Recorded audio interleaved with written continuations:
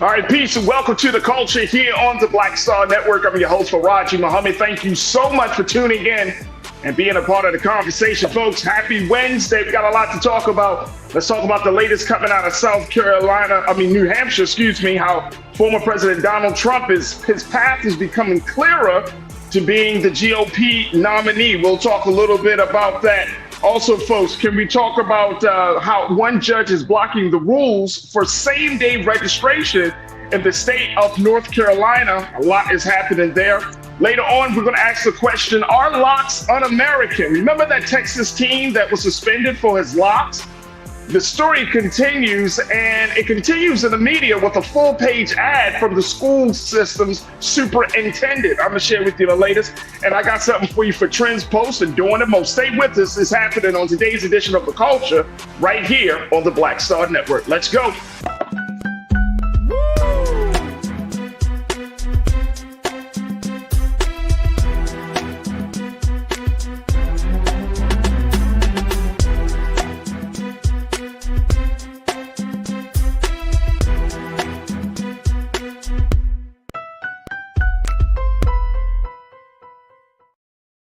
All right, folks, peace and welcome to the culture here on the BlackStar Network. I'm your host, Farajii Muhammad. Thank you so much for tuning in and being a part of the conversation.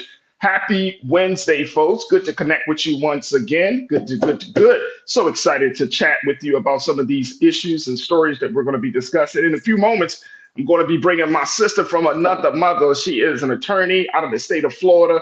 My sister, Suzette Speaks. She's going to be joining us in a moment. But we got to let you know that we are streaming right now on a number of different spaces. Make sure you go to our homepage of BlackStarNetwork.com. Download the app for free. Follow us on social media at BlackStar Network. And, of course, put something in the bucket for us as we kick off 2024. Looking to have you to be an investor and stakeholder in this digital movement we are embarked upon. Make sure you do your due diligence. Make sure you show your love and your support. And give us a little something as we continue to power through this space, giving you the content that you deserve right here on BlackStar Network. Also, folks, we're streaming on Amazon platforms, on your Amazon News or your Fire TV.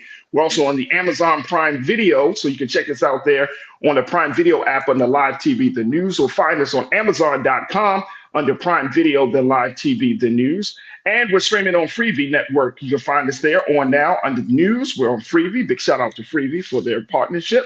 And we're on Plex TV 24 hours a day, 7 days a week. Just search for BlackStar Network. We'll find us under Live TV, the news and opinions. Now, we also on social media. Make sure you check us out there. We're streaming on Roland Martin's Facebook page. So big shout out to the crew on the Facebook page there. We always look forward to having you. We also are streaming on Roland Martin's YouTube channel. So big shout out to my YouTube culture crew. Those always join us on the chat. And we're also on the X platform. So big shout out to the crew that's checking us out on the X platform. All right, speaking of the crew who's in the chat right now, let's do a little roll call very quickly. We got Pastor Damon Blissett. Good to connect with you once again, big brother Damon. Brian Christian, good afternoon. Ming-Lee Natasha Serge, I see you. Official Sanika, you say we in here. Yes, we are. Official Sanika, thank you for checking in. Deidre Hall, thank you for checking in. Cindy D, thank you for being here. Pretty Brown Mimi, 726. Happy Wednesday to you too, Mimi. ABX girl, good connecting with you once again. Debbie Muhammad, peace and blessings to you, Sister Debbie. Thank you for checking in. Melanated Rich Convo. There we go. I see you, the Stephanie Humphrey channel. Good afternoon to you too, Stephanie Humphrey channel. Always good to connect. Who else we got here? Lori Parks, I see you. So many more of you are checking in and being a part of the conversation. All right, let me get the other great culture crew member. Y'all can check her out on her show on the Suzette Speaks show that streams on YouTube. You can also check her out on all social media platforms at Suzette Speaks. She is a lawyer out of the state of Florida, political strategist, and a contributor here on BlackStar Network. My sister, Suzette Speaks. Good afternoon, Suzette. How are you today? Hey, Farajii. Hey, Culture Crew. Great to be here. Happy Wednesday. First and foremost, something look different about this, Suzette. You know we switching up, Farajii, now. You don't know who you're going to get on Wednesday, all right? So, I'm feeling it. I am feeling event tomorrow. So, it's my event. So, we got to go. Oh, we got to have to talk about that later on in the show. If you're in the Miami area, come through. Politicking and networking social. I can't wait. Yeah, it's our social series to get people out and, again, remind them about why it's important to stay engaged in our community. And it's going to be wonderful. So. Can't wait. Absolutely. Well, you look fantastic, and I'm sure the event is going to go really well. And again, we'll make sure we get as many people out there as much as possible. But just look good looking. You're good to see you, Suzette. Good to connect with you. Let's talk about something that's not a good look. I needed to start the show. Right. I needed to start the show off. I'm not even going to introduce what we saw. Just, please, can we just pull up This is former President Donald Trump giving his acceptance speech, his victory speech after the New Hampshire primary yesterday. And then he was on stage, had some people behind him, Vivek Ramaswamy, the former presidential candidate, Tim Scott, the senator from South Carolina. Was Marjorie Taylor Greene there? I thought I saw a picture of her. Was she on the stage? I don't remember. I didn't remember. I like I see that. I don't think about nothing that Trump does. Everybody was Hey, look, let's just share it with you. Look what happened here on this moment. Take a look, folks. Did you ever think that she actually appointed you, Tim? And think of it, appointed, and you're the senator of his state, and she endorsed me. You must really hate her. No, it's a shame. It's a shame. Uh-oh. I just love you. No, that's why he's a great politician.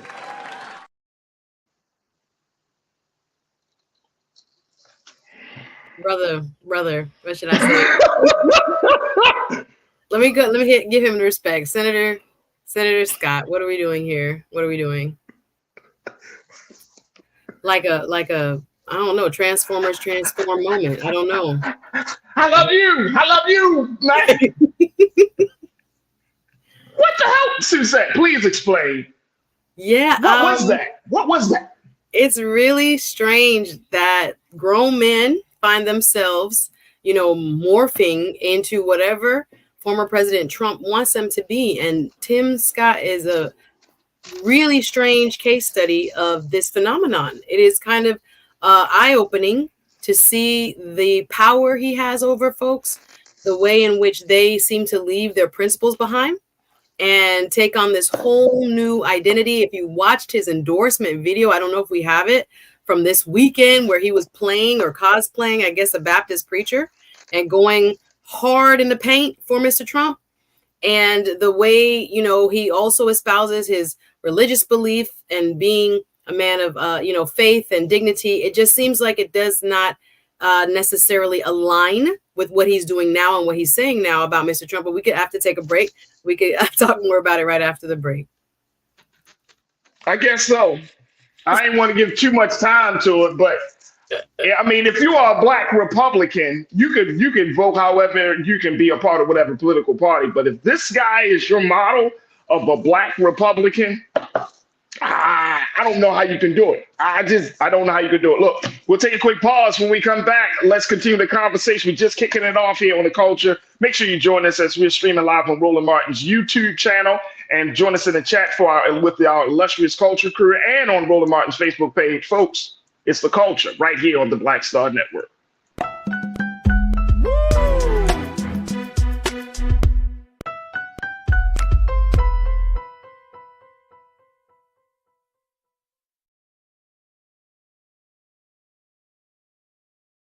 Pull up a chair, take your seat. The Black Tape with me, Dr. Greg Carr, here on the BlackStar Network. Every week, we'll take a deeper dive into the world we're living in. Join the conversation only on the BlackStar Network.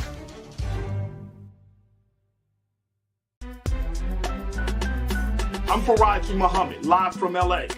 And this is The Culture. The Culture is a two-way conversation. You and me. We talk about the stories, politics, the good, the bad, and the downright ugly. So join our community every day at 3 p.m. Eastern and let your voice be heard. Hey, We're all in this together. So let's talk about it and see what kind of trouble we can get into. It's The Culture, weekdays at 3, only on the BlackStar Network. When you talk about blackness and what happens in black culture, we're about covering these things that matter to us, speaking to our issues and concerns. This is a genuine people-powered movement. There's a lot of stuff that we're not getting. You get it, and you spread the word. We wish to plead our own cause. Too long have others spoken for us. We cannot tell our own story if we can't pay for it. This is about covering us. Invest in black-owned media. Your dollars matter. We don't have to keep asking them to cover our stuff. So please support us in what we do, folks. We want to hit 2,000 people, $50 this month, raise $100,000. We're behind $100,000, so we want to hit that. Y'all money makes this possible. Checks and money orders go to P.O. Box 57196, Washington, D.C. 20037-0196. The Cash App is $RM Unfiltered. PayPal is R Martin Unfiltered. Venmo is RM Unfiltered. Zelle is Roland at RolandSMartin.com. Folks, BlackStar Network is here.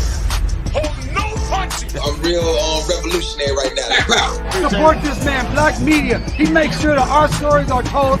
Thank you for being the voice of Black America, Roland. Hey, Black, I love y'all. All momentum we have now, we have to keep this going. The video looks phenomenal. See, there's a difference between BlackStar Network and black-owned media and something like CNN. You can't be black-owned media and be scared. It's time to be smart. Bring your eyeballs home.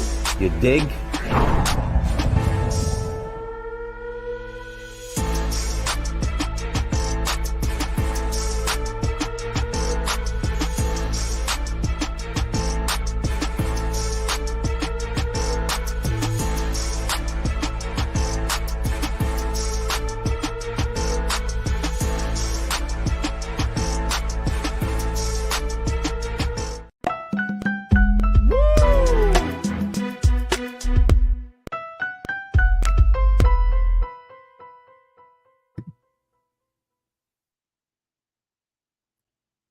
All right, folks, welcome back to The Culture here on the BlackStar Network. Happy to be with you, and happy Wednesday, folks. Checking in with my sister Suzette Speaks as she joins us every Wednesday, and talking about just the low level of Tim Scott. And I'm not going to spend a lot of time on this, Suzette. It's just the fact that this man has ingratiated himself to the point, it is just like the point of no return. I mean, you just like, oh, I love you too. And it's like he insults you, and then you still walk to the side of him in a national news conference, national moment, and you're like, I love you too. And it's like, is this what Black Republicans are supposed to be looking at? And I think that's the sad part about it. And the other part about it is, Suzette, is that how come we can see how Donald Trump treats people, but the people that are around him seem to be blind? Like, how is that possible that he can use people for his interest and his benefit, and then once you're not usable anymore, he discards you, and people still line up to be next to this guy? How is that possible? I think former South Carolina public official Bakari Sellers said it best, that he needs to write a book about the way in which he exerts influence, that is Mr. Trump, over those around him, and how leaders among leaders, right? A United States senator like Senator Tim Scott can be made to really backtrack on all of his core beliefs.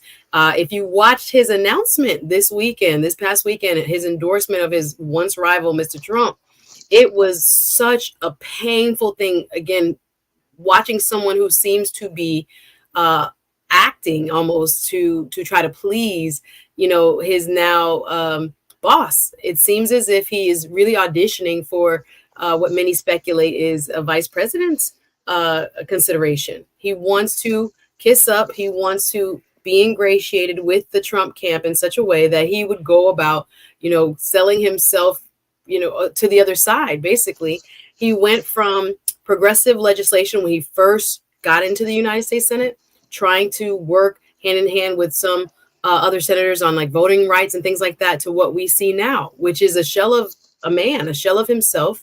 And he went as far as to, and I don't know if you saw it, Farajii, the pictures of him getting engaged also this weekend. So not only did he endorse Mr. Trump this past weekend, also hold on, we gotta make that bigger. Yeah, let's make it big. Yeah, make it big. Yeah.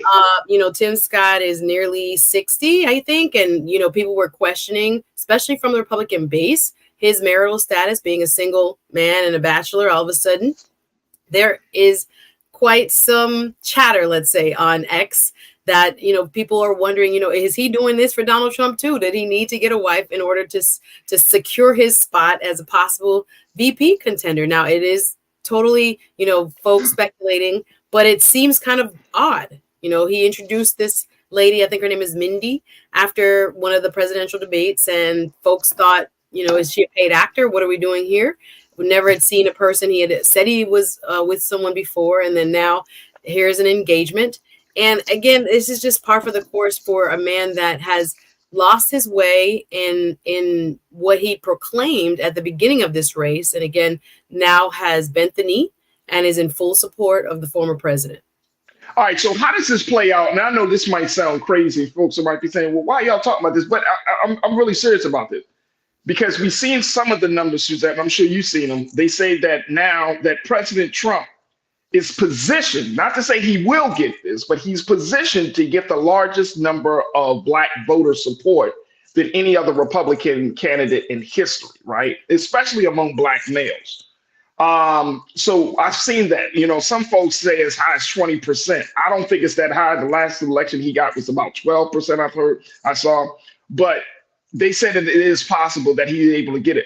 But when you see it as a Black man, seeing another Black man making himself subservient the way Tim Scott has made himself to this guy, and then you still have the other Black Republicans and conservatives. You have a Michael Steele, the former lieutenant governor for the state of Maryland. You have Armstrong Williams. You have other Black contenders, Black men in that fold who don't seem to be on that same wave. How does this fit in from your vantage point in the larger picture of Black men saying, okay, I'm going to put my vote behind Donald Trump, given the fact that your model is a Tim Scott? Because we don't see Armstrong Williams, we don't see Lieutenant Governor Michael Steele. We see Tim Scott. We do see a bit of Michael Steele. I would just add that Michael Steele now has a program on MSNBC, and he's very strongly against Trump. So he's one of the exceptions to the rule, where he's calling out the threat to democracy, but he's also very realistic about what you're saying when it comes to, I would think, the party base as a whole, and what you're talking about is an addition to. And I don't think it's as strong. Like, I don't believe these polls of 20% at all.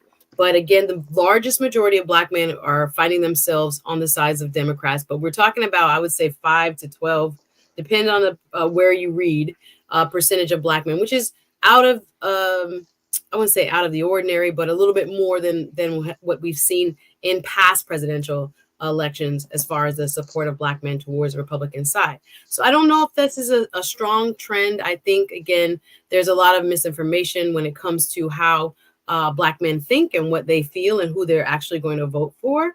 But there are some that have been more vocal, like a Tim Scott, and I don't know if they are seeing him as someone that aligns with their beliefs completely. Like I said, there is a part of what we see happen on the stage there with Donald Trump and Tim Scott that is almost like you're my, as what he said, my African American. Remember when he said that about? Yeah. That has this kind of tinge of like unequal status between the two of them as a person who he has to, like, again, shuck and jive and do what Mr. Trump requires of him. If you see the speech that he gave in an endorsement to Mr. Trump with over the weekend, it was very uncomfortable. Like I said, he even invoked, you know, we sick and tired of being sick and tired, which is a quote from Fannie Lou Hamer in his speech. But it's like for the opposite cause, though. And for the Republican Party, whose base, who we have seen just in the New Hampshire primary, is not moving from Trump, Mr. Scott has gone far away from where, again, he was critical of some of the things Mr. Trump was doing at first. But now, like so many others, they've morphed, they've changed, they've, abandoned that ship and have joined the Trump ship. So he is one. And what is also very ironic about him is that Nikki Haley appointed him. Tim Scott did not become a United States senator initially through an election. Nikki Haley, the former governor of South Carolina, in a very bold move, appointed him as a black man to serve as three? Cory Booker, we have Raphael Warnock, and Tim Scott. So it's very interesting that, again, in politics, there are no allegiances, especially on the Republican side. A lot of people who have worked together and had done each other, you could call it favors, or, had made political moves in favor of that person. Now they put it all behind them and thrown it all away to join Team Trump. So I don't know if it's because they feel like he's the inevitable nominee and they want to get on the train early. They're afraid to get caught up. I don't know. Part of me is like, what does he have on these people that they are quick to, or they don't want to maybe be in the bullseye of his fire when he gets ready to come after you and what he has to say about you. He loves a soundbite. He's very good at putting, viral quotes together about folks, and it sticks. So maybe instead of being on the bad side of Mr. Trump, they all think, let me cut my losses, let me get over there early, and let me avoid becoming a target. But yeah, it's really disheartening knowing, and he had very different views initially when he first became a United States senator, to now say to himself, I am, fully backing this person and will be utilized as such. It's really sad, and for many to witness. It's very sad, very sad. And who is this? Let me get a couple of thoughts in very quickly before we take our next pause. You are not a victim. You said Tim is just awkward, corny. Sometimes it's not about being black conservative or Republican. Okay. That's just his personality. He is definitely awkward. He's not really great on the stump. And even with people, shaking their hands and stuff, he looks odd. And when he was in Iowa and those places, he looks, uncomfortable. Definitely uncomfortable. ABX girl, you checked in. His tap shoes are worn down for his fiance. Wow. Okay. Lori Park said, newsflash, news break, Tim Scott, he's not going to pick you, with laughing emojis. Wow. Official Sanika, when navigating conservative white spaces goes wrong. Jeez. Lots would agree with that. And Brian Christian, Tim Scott is a sellout. That's all. Wow. It's crazy. Absolutely crazy. Look, we got to take another quick pause. When we come forward, let's talk about this New Hampshire victory for the former president. Now that he got Iowa wrapped up, New Hampshire wrapped up, the path seems much more clear for former President Trump to be the GOP nominee. But Nikki Haley says that's not the case. She's still going to be chugging forward as she's looking forward to the prime South Carolina primary. And let's break down some of the numbers around the support for Donald Trump. Even though he's won these two major primaries, his supporters are actually getting less and less as he goes along. So we'll talk about all of these dynamics and more with my sister Suzette, and of course with you right here on The Culture on the BlackStar Network. We'll be right back.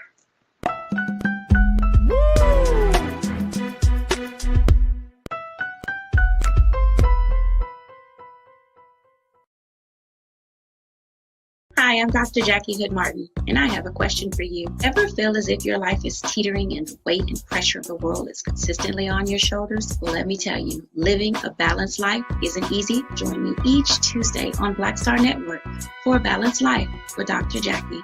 We'll laugh together, cry together, pull ourselves together, and cheer each other on. So join me for new shows each Tuesday on BlackStar Network, A Balanced Life with Dr. Jackie.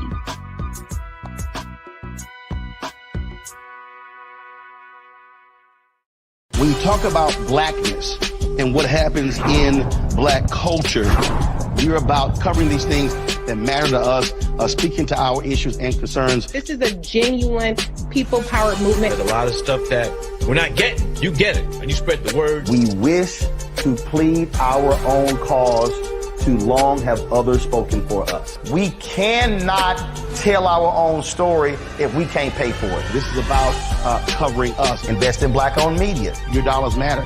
We don't have to keep asking them to cover our stuff. So please support us in what we do, folks. We want to hit 2,000 people, $50 this month, raise $100,000. We're behind 100,000, so we want to hit that. Y'all money makes this possible. Check some money orders. Go to P.O. Box 57196, Washington, D.C. 20037-0196. The Cash App is $RM Unfiltered. PayPal is R Martin Unfiltered. Venmo is RM Unfiltered. Zelle is Roland at RolandSMartin.com. Hatred on the streets, a horrific scene, a white nationalist rally that descended into deadly violence. White people are losing their damn minds. As an angry pro-Trump mob storms the U.S. Capitol, we're about to see the rise of what I call white minority resistance. We have seen white folks in this country who simply cannot tolerate black folks voting. I think what we're seeing is the inevitable result of violent denial. This is part of American history. Every time that people of color have made progress, whether real or symbolic, there has been what Carol Anderson at Emory University calls white rage as a backlash. This is the rise of the Proud Boys and the Boogaloo Boys. America, there's going to be more of this. Here's all the Proud Boys, guys. This country is getting increasingly racist in its behaviors and its attitudes because of the fear of white people. The fear that they're taking our jobs, they're taking our resources, they're taking our women. This is white fear.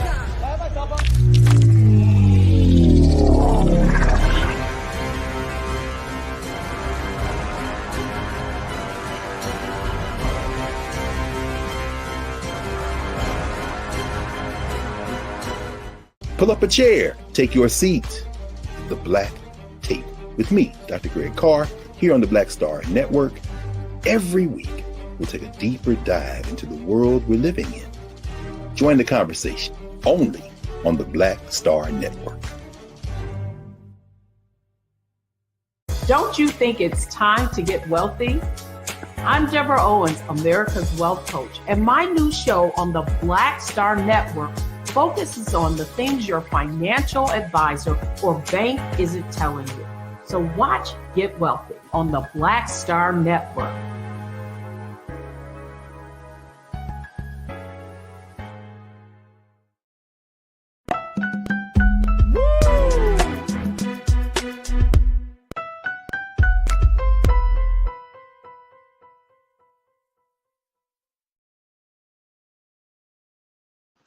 All right, folks, welcome back to The Culture here on the BlackStar Network. I'm your host, Farajii Muhammad. Let's talk about New Hampshire, what happened last night in New Hampshire as former President Donald Trump wins the state once again. But without, there definitely are some conditions.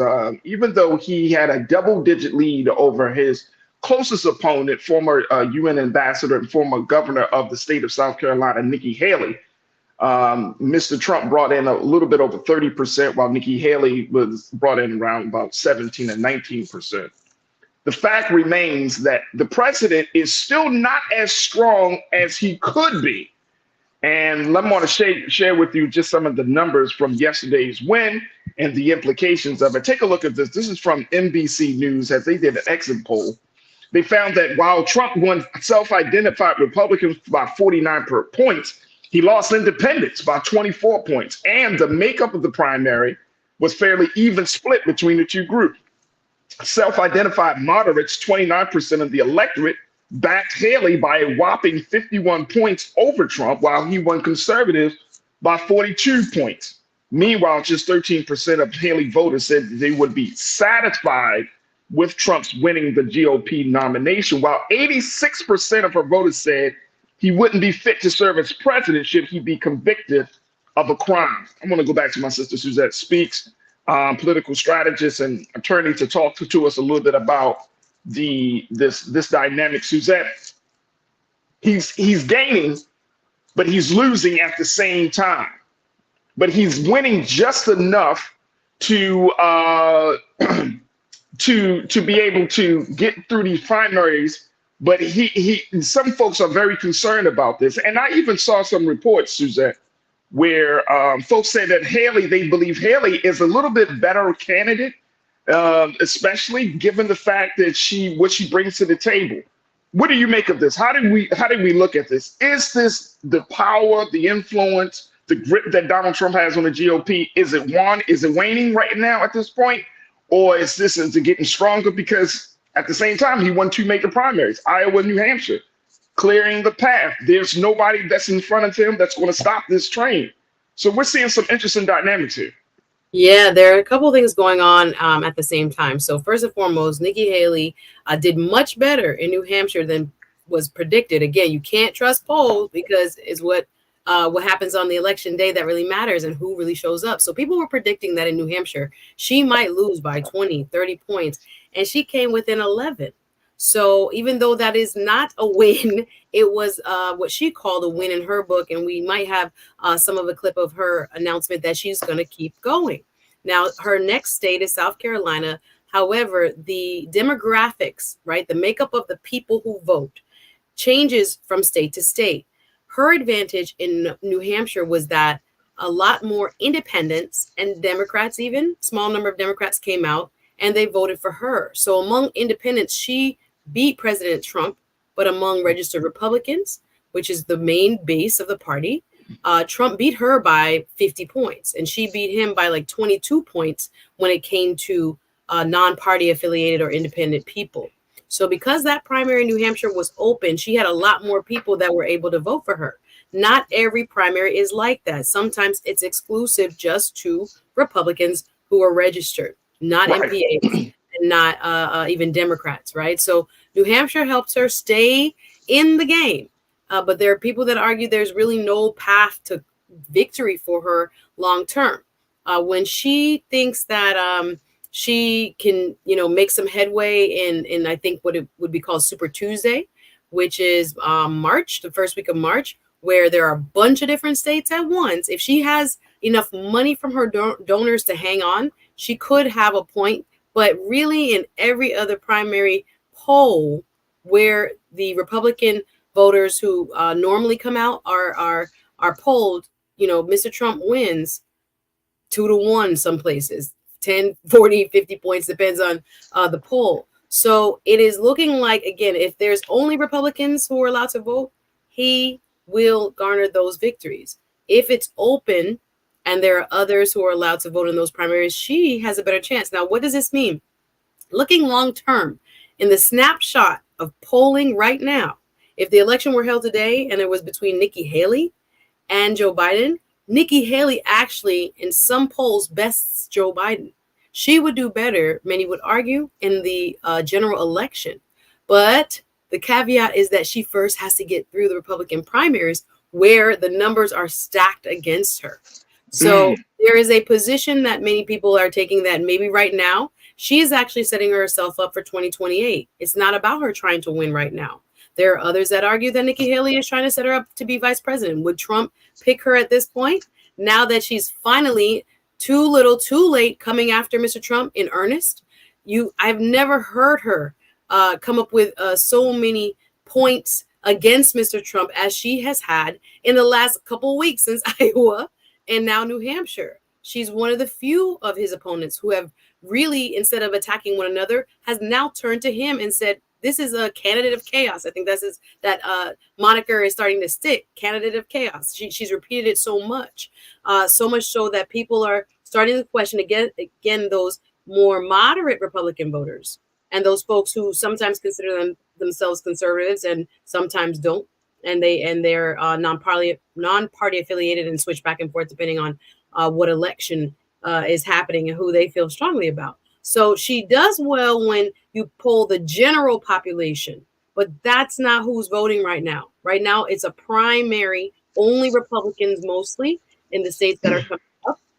And she's not looking good in her own home state of South Carolina. Like the governor there, senators there, most of the establishment apparatus has actually lined up against her and for Mr. Trump already.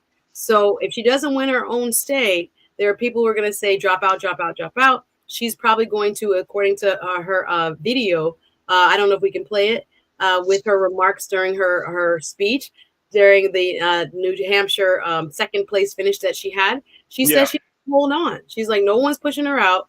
And if we could play some of that, you could hear her for yourselves. But she sounded optimistic, but the numbers are really stacked against her. All right, let's play this video of former Governor Nikki Haley as she gives her speech and she makes the pledge she's going to continue to move forward. Take a look.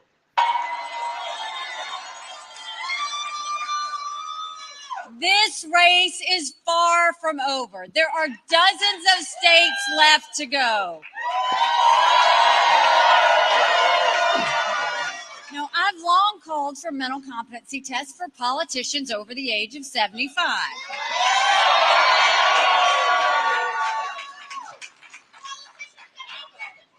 Trump claims he'd do better than me in one of those tests. Maybe he would, maybe he wouldn't. But if he thinks that, then he should have no problem standing on a debate stage with me.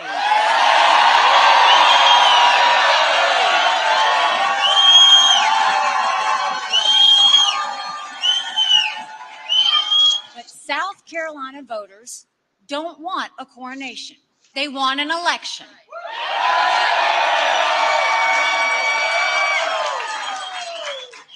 And we're going to give them one.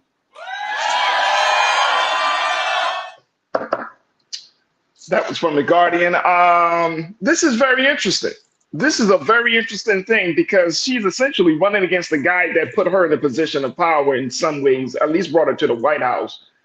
She did well. The other part of this, and I know we got to take a quick pause, she's looking forward to South Carolina, Suzette.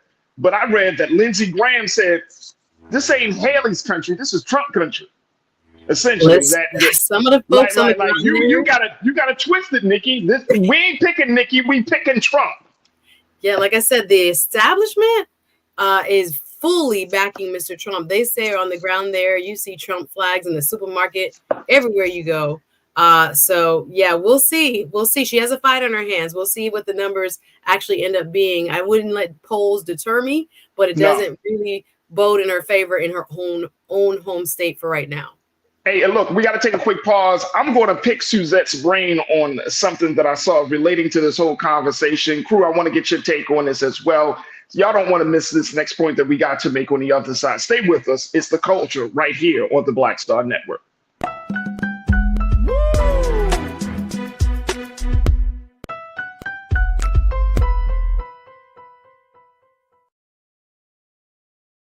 Pull up a chair, take your seat.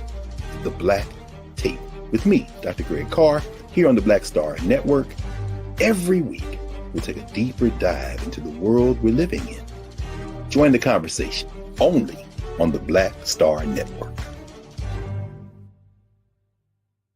Hi, I'm Dr. Jackie Hood Martin, and I have a question for you. Ever feel as if your life is teetering and the weight and pressure of the world is consistently on your shoulders? Well, let me tell you, living a balanced life isn't easy. Join me each Tuesday on BlackStar Network for A Balanced Life with Dr. Jackie. We'll laugh together, cry together, pull ourselves together, and cheer each other on. So join me for new shows each Tuesday on BlackStar Network, A Balanced Life with Dr. Jackie.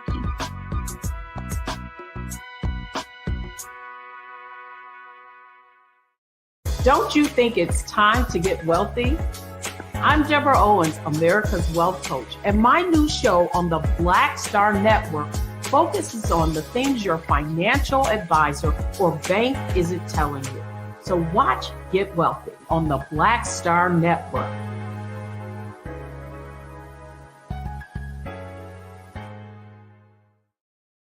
When you talk about blackness and what happens in black culture, you're about covering these things that matter to us, speaking to our issues and concerns. This is a genuine people-powered movement. There's a lot of stuff that we're not getting. You get it, and you spread the word. We wish to plead our own cause to long have others spoken for us. We cannot tell our own story if we can't pay for it. This is about covering us. Invest in black-owned media. Your dollars matter. We don't have to keep asking them to cover our stuff. So please support us in what we do, folks. We want to hit 2,000 people, $50 this month, raise $100,000. We're behind $100,000, so we want to hit that. Y'all money makes this possible. checks and money orders, go to P.O. Box 57196, Washington, D.C. 20037-0196. The Cash App is $RM Unfiltered. PayPal is R Martin Unfiltered. Venmo is RM Unfiltered. Zelle is Roland at RolandSMartin.com. Hatred on the streets, a horrific scene, a white nationalist rally that descended into deadly violence. White people are losing their damn minds. As an angry pro-Trump mob storms the U.S. Capitol, we've seen We're about to see the rise of what I call white minority resistance. We have seen white folks in this country who simply cannot tolerate black folks voting. I think what we're seeing is the inevitable result of violent denial. This is part of American history. Every time that people of color have made progress, whether real or symbolic, there has been what Carol Anderson at Emory University calls white rage as a backlash. This is the rise of the Proud Boys and the Boogaloo Boys. America, there's going to be more of this. Here's all the Proud Boys, guys. This country is getting increasingly racist in its behaviors and its attitudes because of the fear of white people. The fear that they're taking our jobs, they're taking our resources, they're taking our women. This is white fear.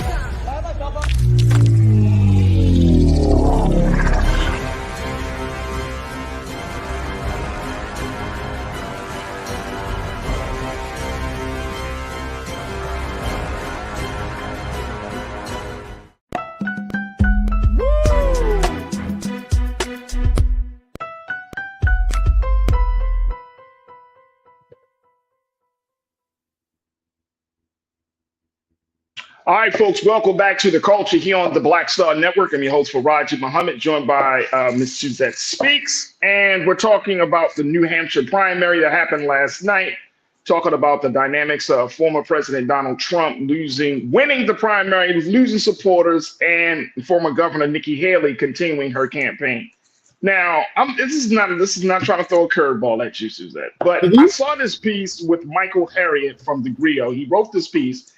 And he seems to say, and I think this is very interesting, that we're not talking about one overarching elephant in the room. He said there's been more emphasis placed on black voters in this election cycle than any other group of voters. But he says that the real problem are white voters.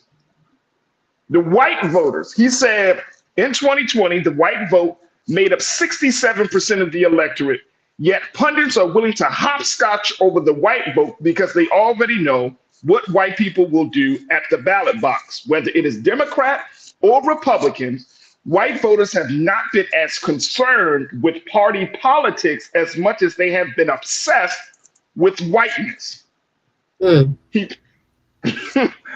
digesting it. Go ahead. Yeah. So I'm thinking to myself here, I was like, I got to talk to Suzette about this because I think there is something there.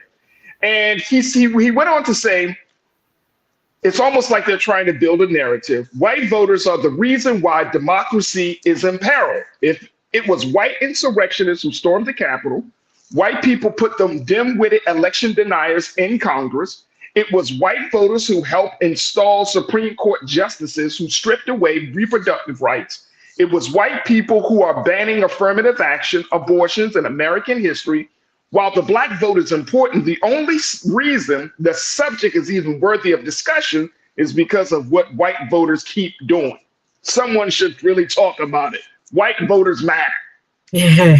Well, I would have to definitely dive a little bit deeper for the full context of what he's saying. But what I will add, in my opinion, is that I do believe black voters kind of are scapegoated oftentimes when we are typically underfunded when it comes to the money it takes to engage us. And I think with less funding, we are expected to turn out our communities at a higher rate. And we're not, I don't know if the word is appreciated, but I think in some corners, I think we're taken for granted. And I do think just the little part that he highlighted, that we are oftentimes made to feel as if like we're the issue and we're the problem. I think it's wrong. And I do think that it's an easier tagline. And if we keep saying it, it's like we are the reason that, democracy either will be saved this November or not. But it sounds like his core point, the majority of this country is white. So majority of the voters are also white. So what they do and how they vote is also what's going to have the largest impact on who gets to be president and whether democracy is saved or not come the November 2024. So when we are looking at what Black folks are doing, yes, I do believe strongly that we must become more engaged as a people. That's where we get to wield our power when we're going to talk about what's going on in state legislatures just momentarily, how not engaging as much as we should engage.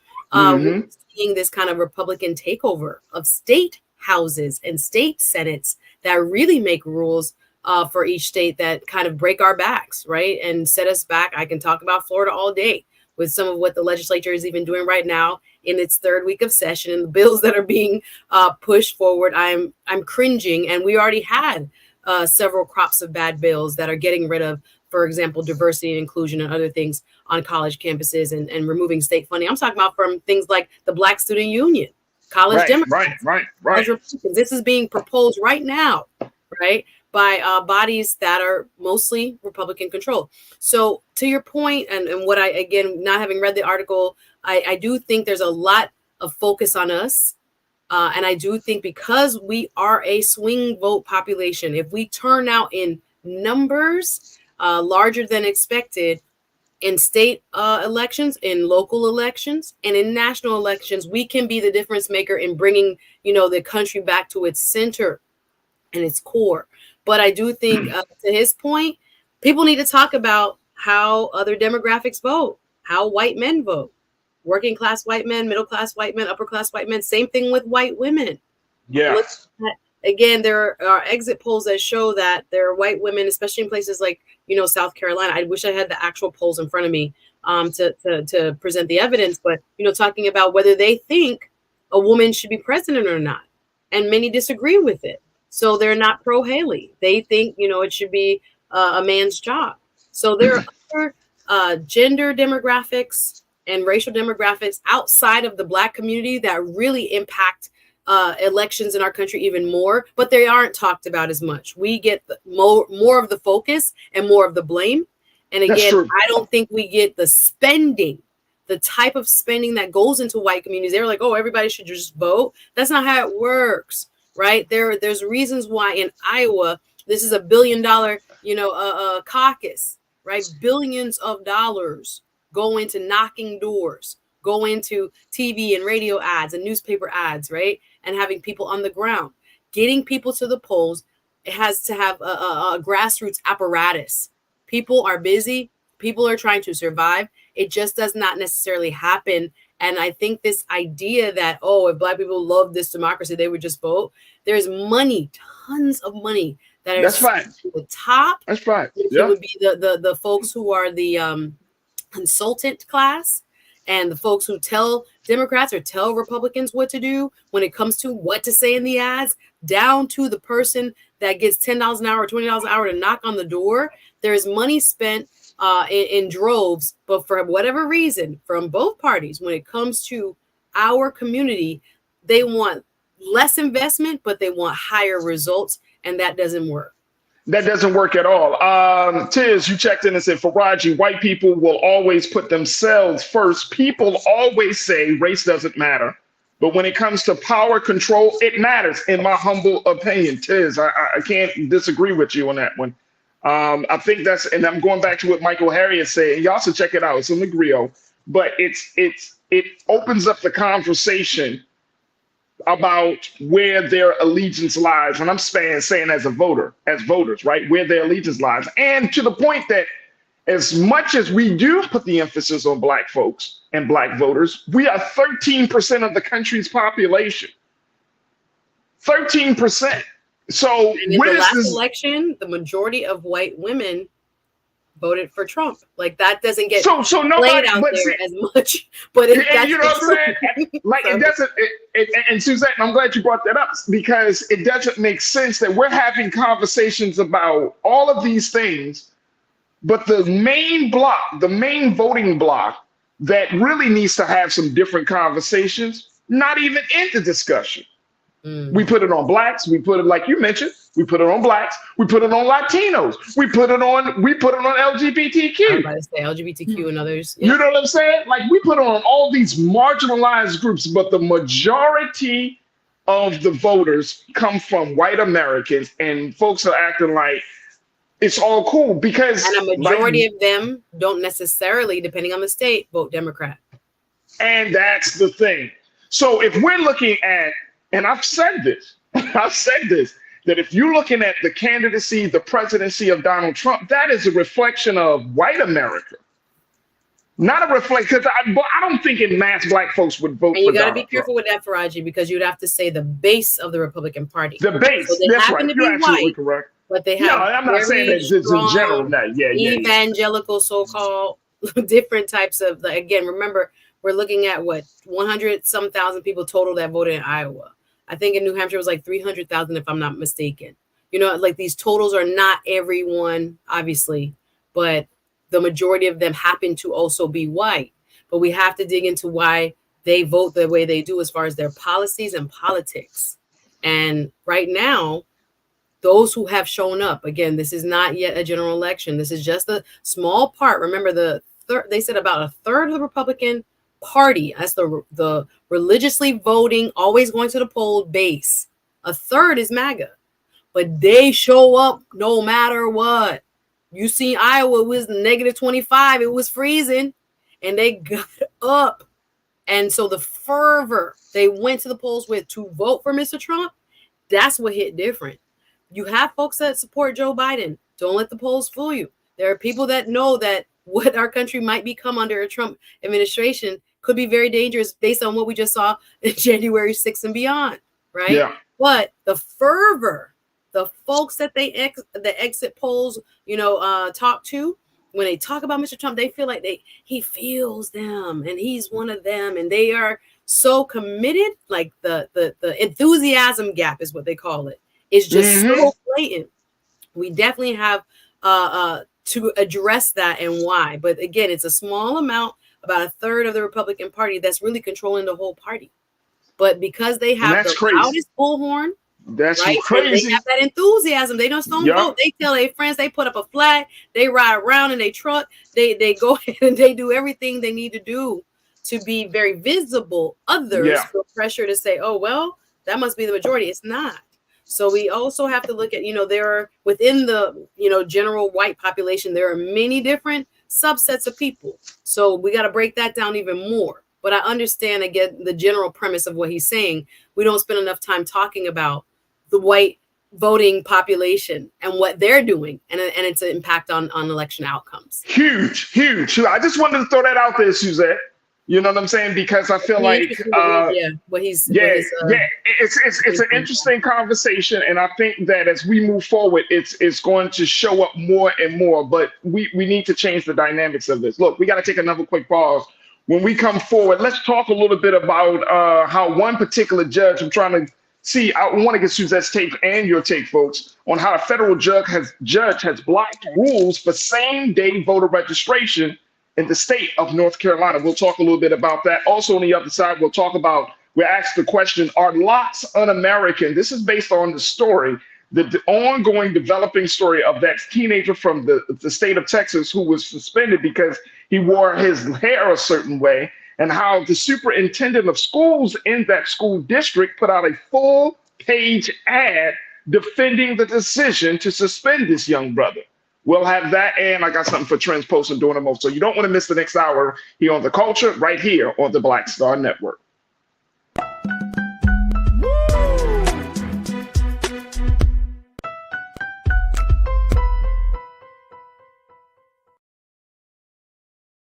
Hi, I'm Dr. Jackie Hood Martin, and I have a question for you. Ever feel as if your life is teetering and the weight and pressure of the world is consistently on your shoulders? Well, let me tell you, living a balanced life isn't easy. Join me each Tuesday on BlackStar Network for A Balanced Life with Dr. Jackie.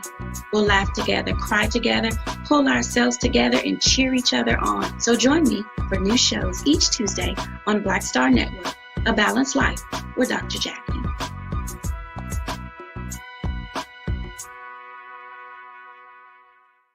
When you talk about blackness and what happens in black culture, we're about covering these things that matter to us, speaking to our issues and concerns. This is a genuine people-powered movement. There's a lot of stuff that we're not getting. You get it, and you spread the word. We wish to plead our own cause. Too long have others spoken for us. We cannot tell our own story if we can't pay for it. This is about covering us. Invest in black-owned media. Your dollars matter. We don't have to keep asking them to cover our stuff. So please support us in what we do, folks. We want to hit 2,000 people, $50 this month, raise $100,000. We're behind 100,000, so we want to hit that. Y'all money makes this possible. Check some money orders. Go to P.O. Box 57196, Washington, D.C. 20037-0196. The Cash App is $RM Unfiltered. PayPal is R Martin Unfiltered. Venmo is RM Unfiltered. Zelle is Roland at RolandSMartin.com. Hatred on the streets, a horrific scene, a white nationalist rally that descended into deadly violence. White people are losing their damn minds. As an angry pro-Trump mob storms the U.S. Capitol, we've seen We're about to see the rise of what I call white minority resistance. We have seen white folks in this country who simply cannot tolerate black folks voting. I think what we're seeing is the inevitable result of violent denial. This is part of American history. Every time that people of color have made progress, whether real or symbolic, there has been what Carol Anderson at Emory University calls white rage as a backlash. This is the rise of the Proud Boys and the Boogaloo Boys. America, there's going to be more of this. Here's all the Proud Boys, guys. This country is getting increasingly racist in its behaviors and its attitudes because of the fear of white people. The fear that they're taking our jobs, they're taking our resources, they're taking our women. This is white fear.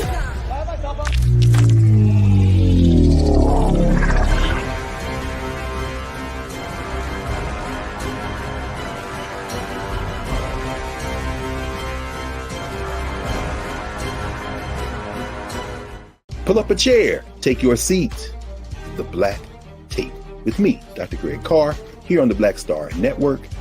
Every week, we'll take a deeper dive into the world we're living in. Join the conversation only on the BlackStar Network.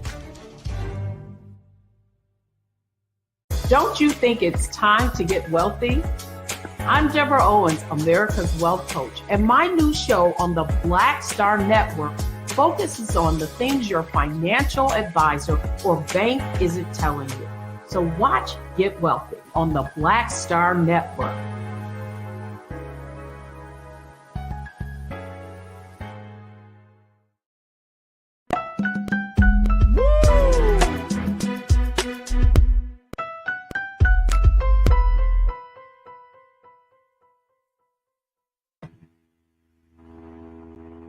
All right, folks, welcome back to The Culture here on the BlackStar Network. I'm your host, Farajii Muhammad. Thank you for tuning in to the second half of the show. Happy Wednesday, and we're streaming on our website, on our homepage of BlackStarNetwork.com. Make sure you do your due diligence. Go to our website today.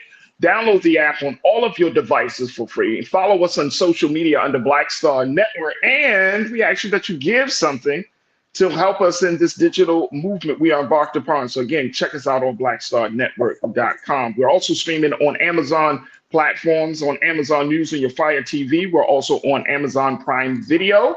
So check this out on Prime Video app under Live TV The News, or on Amazon.com under Prime Video Live TV The News. We're on Freevee Network, where you can find us on now under News, and we're on Plex TV 24 hours, 7 days a week. Just search for BlackStar Network or Live, or find us under Live TV, The News and Opinion. All right, I want to bring my sister Suzette Speaks back into the frame as we're talking a little bit about the latest developments in politics. And folks, I'm gonna just let y'all know that this is a political year. The campaign season is upon us. We're gonna have a lot of different conversations about what's going on, and most importantly, to inform you, to keep you up to date on things that are happening around the country, because some of us may not even know, Suzette. So, we take the time to have these conversations on the show to get us prepared and to make sure that we are conscious enough to understand all the dynamics at play. But I wanted to just do a brief correction. I was talking about before the break how a judge blocked the rule on same-day registration. He did not block the rule.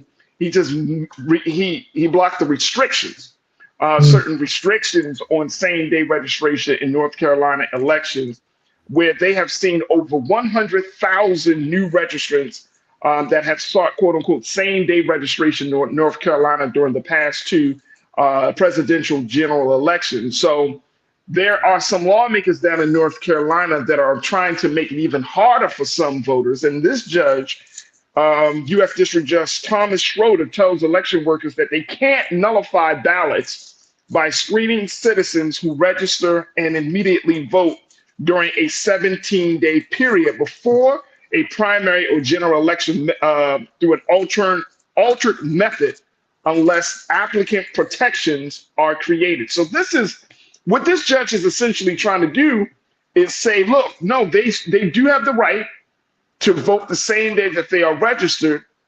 You can't just say because they voted the same day that their ballots are null and void. So it is a win for voter advocates.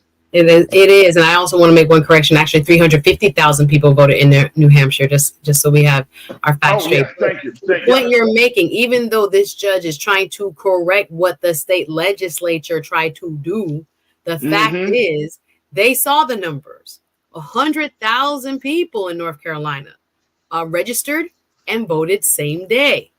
Who do those people normally vote for? Well, possibly not Republicans, because the Republican-controlled legislature said, we need to change this.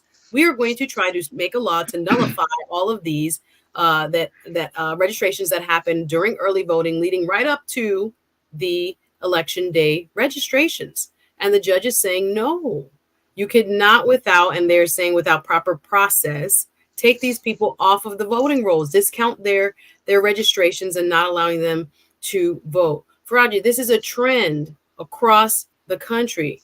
We could look at my great state of Florida, SB 90, where a stroke of a pen with the vote of the legislature, the House and the Senate. Now, I was looking at the numbers that there is actually 36 Democrats out of the body of 120 in the Florida House. So we're closer to removing the supermajority. And there are about 5 toss-up races in November that could switch us over to where the Democrats are not just sitting on the sidelines. The Republicans have a supermajority in that body. Nonetheless, we could talk about Tennessee. I want to always talk about Florida. In that bill, SB 90, the Florida legislature removed the vote by mail continuation practices that had been a law before, where people would register for the vote by mail and you would be on the roll for like 2 to 3 cycles, right? 2 years, 4 years, you would stay on the roll. And if you signed up once, you would get it for up to the next presidential election. They changed it, wiping away 4 million people who were registered for vote by mail. That includes Democrats and Republicans. Now, in order to vote by mail or absentee ballot, whatever you want to call it, same thing, right? In Florida, you must register every year. You must register every year or show some intent to vote. What does that mean? I'm going to be at a park this weekend, Farajii, Saturday morning, bright and early, getting people re-registered for vote by mail, right? People don't even know that this happened because they're used to just getting it every, cycle for a couple of years and then having to re-register. So those 4 million people are sitting out there. I don't know what a judge will rule for those who will come to the polling places when we finally get to November who haven't re-registered and don't know that they won't be getting a ballot. Things like checking on your signature, updating your address, that shows intent to vote. So in Florida, there's a whole list of things you can do. You can also check your supervisors of elections websites and see if you want an inactive list, right? But most people don't even know that these changes occur. If we look at Tennessee, what has just happened there is lawmakers have kept now, or through legislation that is now going to be challenged, same like how it is being challenged here in Florida and in North Carolina, 500,000 felons who have been granted clemency or rights had been reinstated, who have voted in the past, are now through laws that are being created by, and again, in this case, Republican-controlled legislatures, trying to remove them with new rules to take them off the ballot. So these trends, state by state, are quite alarming. and they're not by accident. We know that the demographics are changing across our country, and we know that unfortunately there are folks within Republican circles who are saying, well, if we can't beat them with just the message on the issues and how we stand and where we stand on the issues, we're going to change the rules of the game. Right. These are what we call, and the name always is out there, but we got to really understand what it means. Voter suppression tactics. Voter suppression is to keep us, if it didn't matter, why would they try so hard to make sure you don't vote? Because that same enthusiastic base, they know we'll vote. So if we become complacent, that's why, again, we're always talking about our level of community engagement. But there are rules that are being made that change the entire game, the way it's played. And most of our folks don't even know. So they're allowed to, do what they're doing. In Tennessee, of course, that's going to be challenged. In North Carolina, thankfully, the judge has blocked it right now, temporary stays. In Florida, SB 90 is being challenged. And in this session so far, Farajii, they're talking about in our absentee ballot law, trying to make it so that you have to prove that you're either sick. Now, this is now being discussed in committee and being proposed that you have to show why you can't show up. So you don't have a right to. And Suzette, what state is that? Sorry, what state is that? I love it, Passion. You know how I feel about it. They're discussing it right now. There are people That's in crazy. that are tracking these bills, and we're like, that you now think about your elderly. Think about the people who are not able to even keep up with technology, but now they want to make a new rule and pass a new law that would prohibit people from just ordering an absentee ballot or a vote by mail. They would have to have with cause, with reason, right? And then you could have a penalty not to, if you weren't absent, like say you were on vacation or you were on military service, studying abroad, something like this. You have to show physical impairment from being able to go to the poll. Are you kidding me? So the rules that we're looking at, again, that's up for discussion. That's not yet law in Florida. Let me be clear. That's up for discussion. But why would they be doing all of these, massive changes to infringe on people's abilities to get to the polls or to vote conveniently? Wouldn't we in a democracy want more people to be enfranchised with the ability to vote? But we're seeing the opposite trend, especially when it comes to legislatures that happen to be controlled by our Republican brothers and sisters. They're coming with a different agenda, and we got to wake up. And folks are checking in the chat. Everybody is feeling the breakdown because I think you're connecting the dots for a lot of people to show that. And this is, I read this some time ago, Suzette, that this has always been the Republicans' way. Like the way the country, the culture of this country is moving, and we're much more becoming more diverse, not just in terms of demographics, in terms of attitudes around a lot of different issues. The country is moving in a different place, and Republicans, the GOP, has often tried to use voter suppression tactics and other strategies to try to limit this growth, to try to limit this change that they see in the country. And so voter suppression is one of the key tactics, and it's crazy. And I think I'm trying to go back to who asked the question, well, why don't they want us to vote? Why don't the Republicans want us to vote? Because if you vote and you are allowed to express yourself, then the Republicans are afraid that you're not going to vote for them. The GOP is afraid that, you're going to end up being on the liberal side of things, which is not always true. If their issues could win elections, they wouldn't do this. Right. That's what. Right? And but that's, if they that's can't been win the on the challenge for them. issues, they're changing the board game. They're changing the game. Right in front of our eyes. Right in front of our eyes. And look, again, this going back to that whole conversation we just had, Suzette, to the white voter. The white voter is going to either have to step up and make some and make some changes, or guess what's going to happen? We're going to continue to see these voter suppression tactics being implemented. And it's going to be a problem. People are not happy about the way this political system is, especially going from a Florida or North Carolina or Texas or Tennessee. Like, if you're going through all of this just to cast a ballot in something that we're supposed to be, quote unquote, has been bestowed on us as citizens, which is the right to vote, to exercise the right to vote, you are essentially, and this is another tactic, that you're creating a culture where people don't want to come out and vote, and the GOP, the Republicans, win from that. And they gain from that. Forever and ever. If it wasn't important, if it wasn't so precious, why would they be trying to stop you at every corner? Why would they try to prevent the very thing that in one side of their mouths, oh, this is America, this is the freedom and justice for all, and we're all equal under the Constitution? Why would they create more and more laws to make it more difficult and to exclude people and take people from the voting rolls?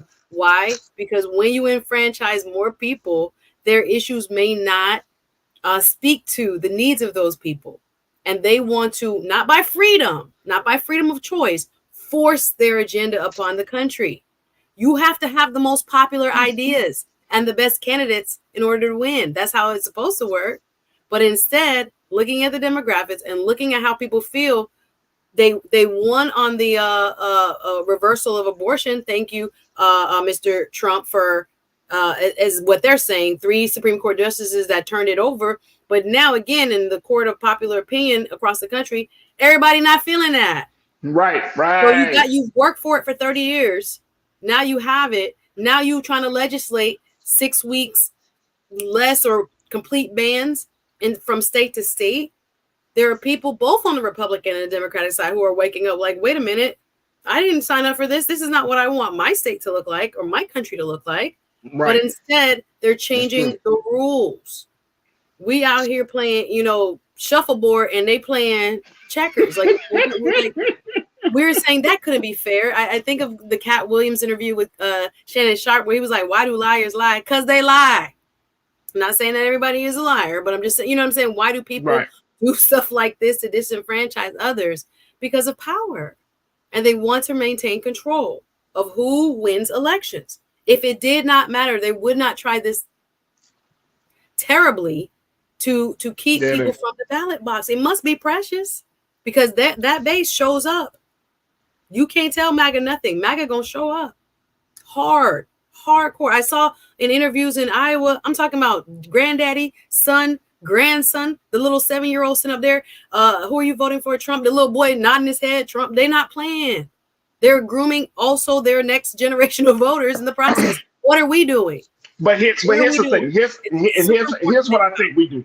I think, and I agree with you. I think the silver lining of the situation is the truth, which is, regardless to all of the politics, when you look at and when we encourage people to see things the way they are, the truth of the matter is, our country getting better or worse? That's all we got to ask ourselves, right? Like, now we can, a la carte certain issues and, oh no, we're better on this and what. And I'm saying to the rest of, compare America to the rest of the world. We're years behind in some cases, years behind. And when you look at when the veil and the what did they say? When the wool gets taken from, where the wool is removed from your eyes and you start to see reality, just like you said, the abortion issue, that affects every single woman in this country. That affects women with planned pregnancies.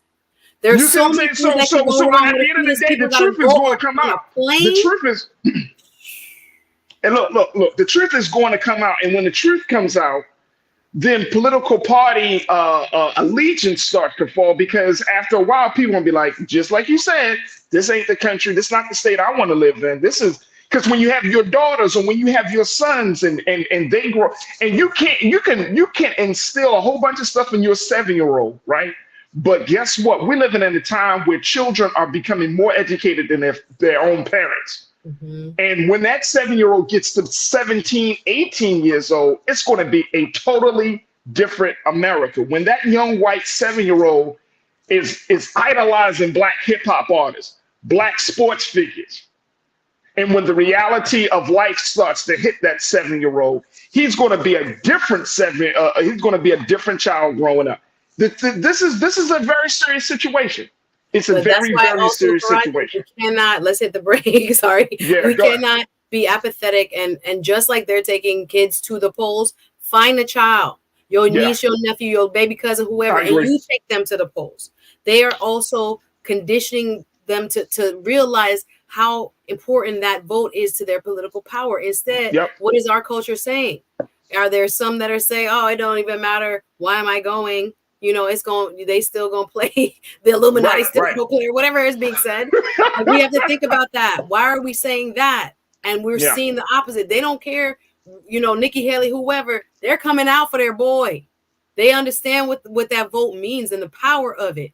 And are we also, as a culture, learning to embrace it or reigniting ourselves to think about it, even if we're not enthused about that top two, but we're looking at state and we're looking at local and we're showing up to the meeting. Hi, I'm your resident. I'm your voter. Because those same Republicans, there are Black people that live in those districts too. And you have to remind them, I'm here too. Good to see you. Can I make an appointment with you? Like, we cannot kind of back burner ourselves into a country that we don't recognize. And on top of what you just asked, we need to ask, who will make it better? Is it better? And then who will make it better? What kind of future is that person really going to give us? And I think that will help us at the ballot box. Absolutely. Excellent point. Look, we got to take a quick pause. When we come forward, let's talk about this Texas teenager who is still going through the ordeal about his locks. And now the school superintendent has decided to take a full-page ad out in a local newspaper to defend the decision to keep the teenager suspended, and even going as far as to say that locks are un-American. Wow, okay. I guess I'm not American, folks. At this point, let's talk a little bit about that. Also, we got something for Trends, Post, and Doing the Most. Stay with us. The conversation continues right here on The Culture on the BlackStar Network. And make sure you join us on Roland Martin's YouTube page as we are in the chat, and Roland Martin's Facebook page as well. We'll be right back.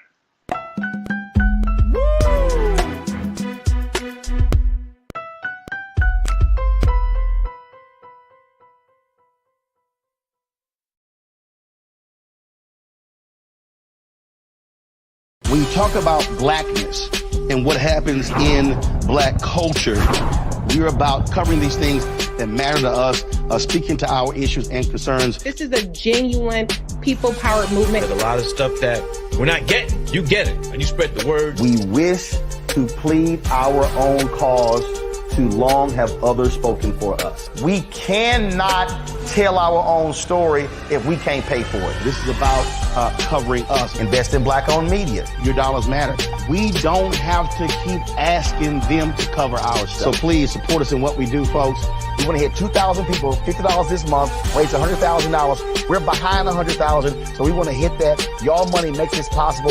Check some money orders. Go to P.O. Box 57196, Washington, D.C. 20037-0196. The Cash App is $RM Unfiltered. PayPal is R Martin Unfiltered. Venmo is RM Unfiltered. Zelle is Roland at RolandSMartin.com.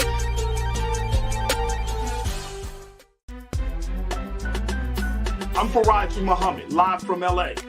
And this is The Culture. The Culture is a two-way conversation. You and me. We talk about the stories, politics, the good, the bad, and the downright ugly. So join our community every day at 3 p.m. Eastern and let your voice be heard. Hey, we're all in this together. So let's talk about it and see what kind of trouble we can get into. It's The Culture, weekdays at 3, only on the BlackStar Network.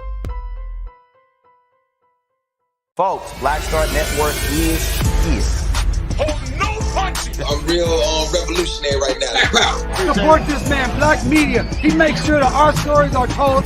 Thank you for being the voice of Black America, Roland. Stay Black. I love y'all. All momentum we have now, we have to keep this going. The video looks phenomenal. See, there's a difference between BlackStar Network and Black-owned media and something like CNN. You can't be Black-owned media and be scared. It's time to be smart. Bring your eyeballs home. You dig?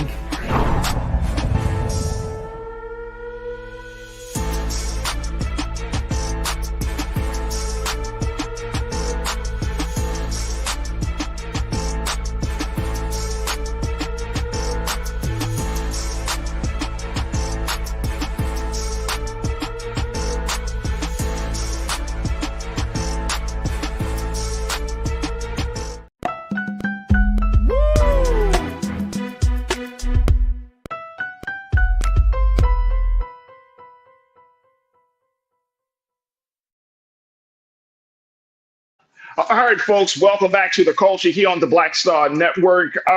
Let's talk about this ongoing ordeal down in the state of Texas where a teenager was suspended because of the wearing of his locks. We talked to you about this case of Daryl George, who has been repeatedly suspended despite the protections of the Crown Act, a law that bans hairstyle discrimination. Apparently, Daryl George, 17, from Barbers Hill, and I always think it's interesting, it's ironic that he's talking about locks and the place that he's from is called Barbers Hill Independent School in Mont Bellevue, Texas, is once again being thrown through the ringer. I want to bring my sister Suzette Speaks back into this because, Suzette, the next development of this story, Mr. Greg Poole, who has served as the school superintendent since 2006, he took out a full-page newspaper ad in the Houston Chronicle to show or to defend the position to keep Mr. Daryl George suspended. And Lise, take a look at that BT. This is from BT News, but look at the link, and I want to pull up that tweet to show how this ad poll came out. But Suzette, one of the big things he says, he talks about this. He said, "We have taken the highly unusual step of seeking a declaratory judgment in state district court to verify their interpretations of the Crown Act." But he went on to say, and this is what got people's just fired blood up. boiling, yeah, that part, yeah. He went on to say, "Being an American requires conformity with the positive benefit of unity." There it is. Thank you so much, Lee.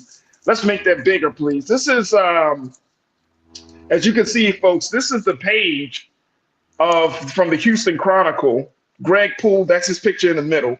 Barbers Hill student educational needs come first. And it is in this particular newspaper ad op-ed that he says being an American requires conformity with the positive benefit of unity.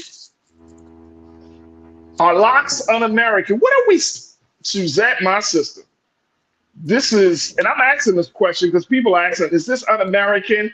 Corinna, our sister, checked in on the chat. She said, yes, locks are un-American, but more importantly, it's intentional. Because if you're deciding to grow your locks, it is seen as a form of quote unquote rebellion. It is seen as a form of self-expression. I know I did that when I started my journey with my lock journey, that I was like, you know what? I want to be in a different place. I want to redefine myself. I want to, you know what I'm saying? I'm trying to take myself to the next level here. But what's your take on this as Mr. Poole has laid out his decision to keep little brother Daryl George suspended over something as crazy as his own hair?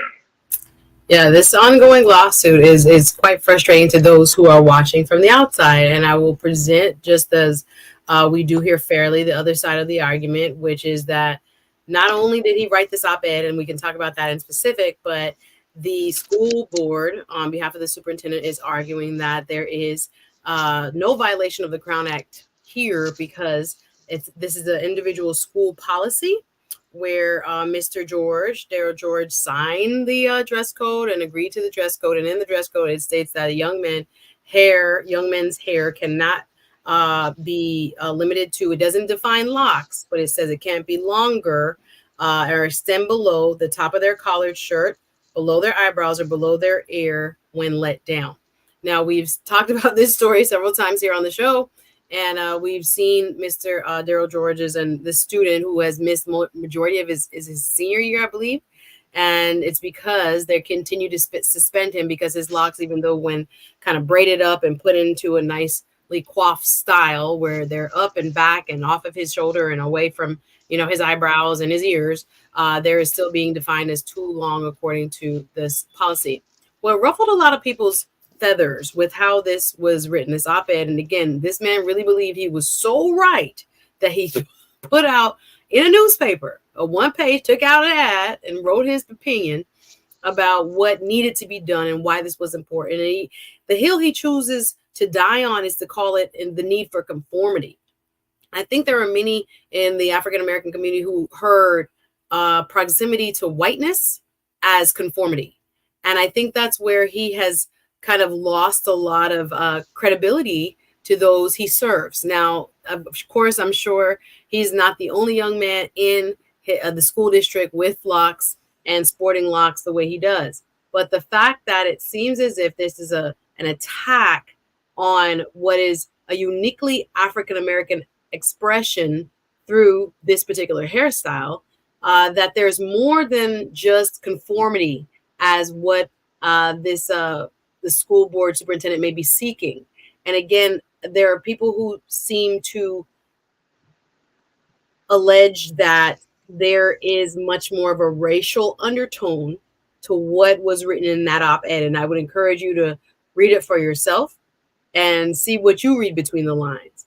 But it just seems very unsettling that something as simple as a young man's hairstyle, which he put pins up and nicely, again, we see him at home in some of those pictures, but as he wears it to school, it's nicely coiffed and kept up and, very close to his head. And you can't tell how long it is even when it's up there.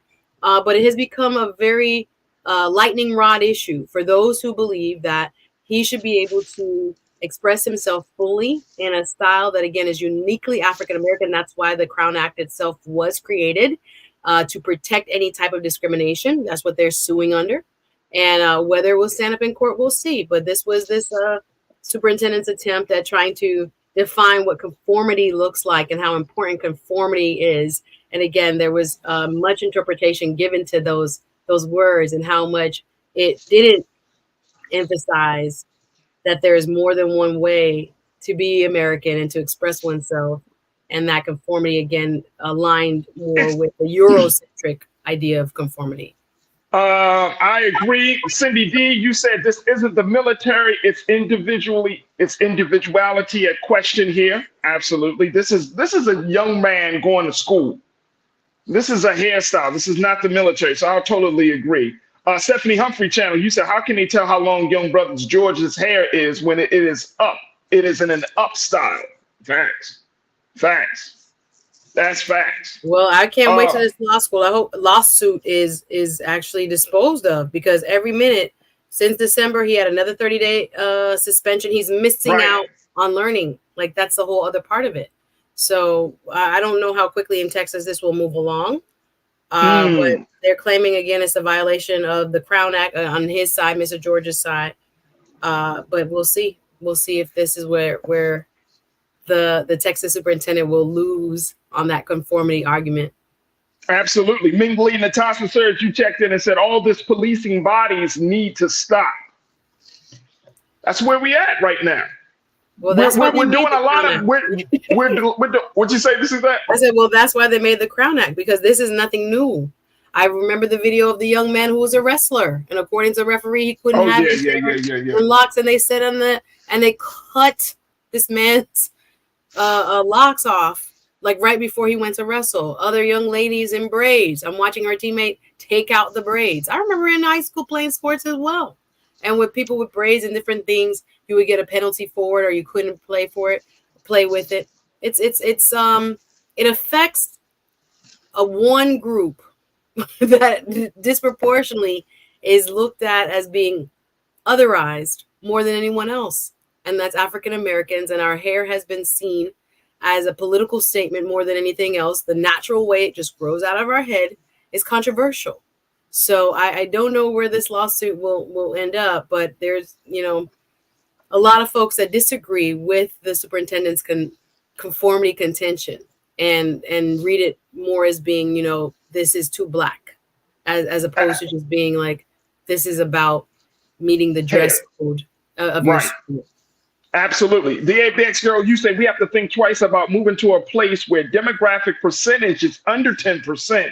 It will affect your kids while you think it's safer, but it's not.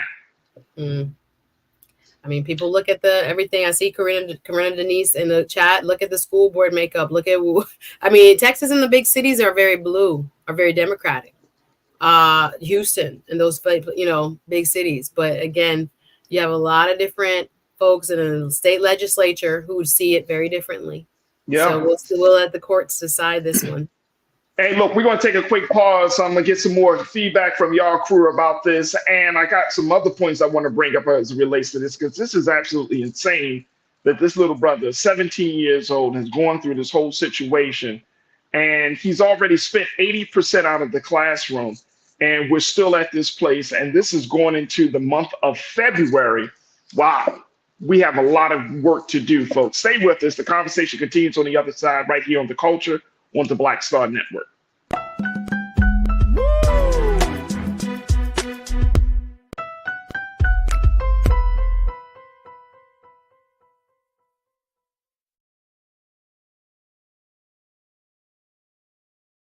Pull up a chair, take your seat. The Black Tape with me, Dr. Greg Carr, here on the BlackStar Network. Every week, we'll take a deeper dive into the world we're living in. Join the conversation only on the BlackStar Network. BlackStar Network is here. Oh, no punch! I'm real revolutionary right now. Thank you for being the voice of Black America. All momentum we have now, we have to keep this going. The video looks phenomenal. See, there's a difference between BlackStar Network and black-owned media and something like CNN. You can't be black-owned media and be scared. It's time to be smart. Bring your eyeballs home. You dig?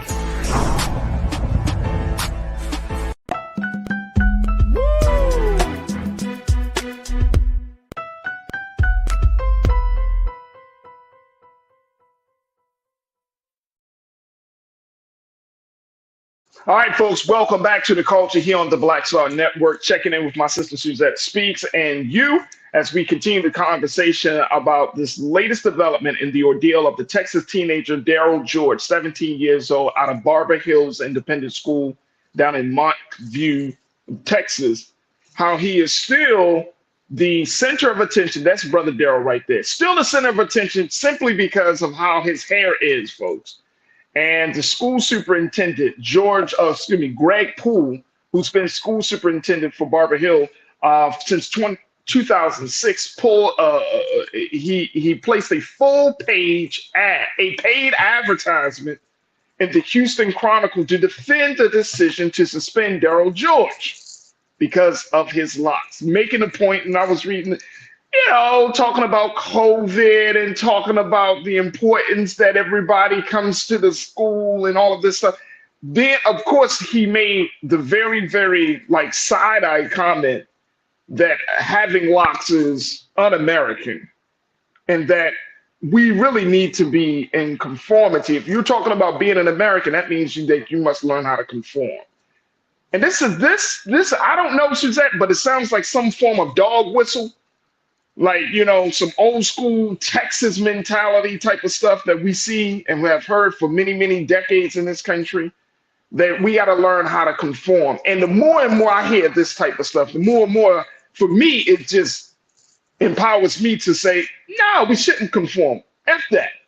At the end of the day, that's his hair, and we shouldn't bow down to it. Now, the thing is, at this point, and I know you probably don't know the answer to this just because you're not involved in a lawsuit, but when should we say enough is enough? This mother has been fighting, the mother of Daryl George, she's been fighting. The school district, she's been fighting the school to try to get her son back into school. He missed 80% of classroom time. So at this point, what should she do? Now that this full-page ad has come out, should she keep fighting? Well, yeah, I would wait and see what the judge decides in the lawsuit. And again, the Crown Act, thankfully, was passed in Texas to allow for this very type of discriminatory, some would call it, activity when it comes to African Americans and their styles of hair. And looking at, what he has been through, there are folks, again, with that word conformity that interpret it in many different ways. Some say conformity to what? Conformity to the school codes, conformity to a certain standard of beauty or of appearance that, again, is outside the realm of where, African-American hairstyles and expressions therein land. Again, we've heard many of us of stories where people have gone to work and people make comments about your hair, again, in its natural state, and whether it's professional or not, whether it's acceptable or not, or presentable or not. Is this something that African Americans think about, not only, in the workplace, but clearly here while going to school? And the question becomes for many of us, is it okay for an African-American child to have the same level of self-expression as any other child? And again, our hair grows uniquely through our scalp. We can't help it. This is how God made us. And is this a form of discrimination is really the question for the judge, or is it a matter of what the school board superintendent is calling conformity?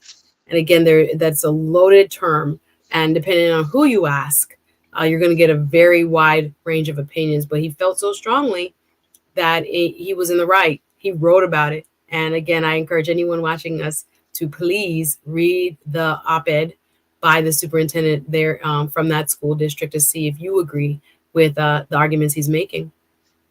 Let me ask this in terms of the Crown Act, and we're going to take another quick pause. But in terms of the Crown Act, one of the crew members said, well, what about when a white child has, red hair or green hair or blue hair?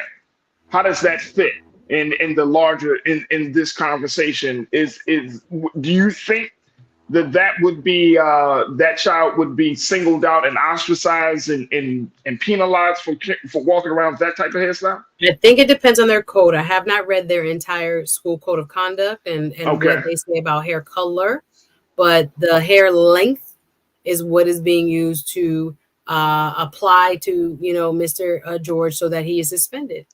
And again, there are many who agree with, I guess, the superintendent. And there are others that see it as actually discriminatory because of the style itself and how it's unique to African Americans and its meaning. And so I don't know. It is.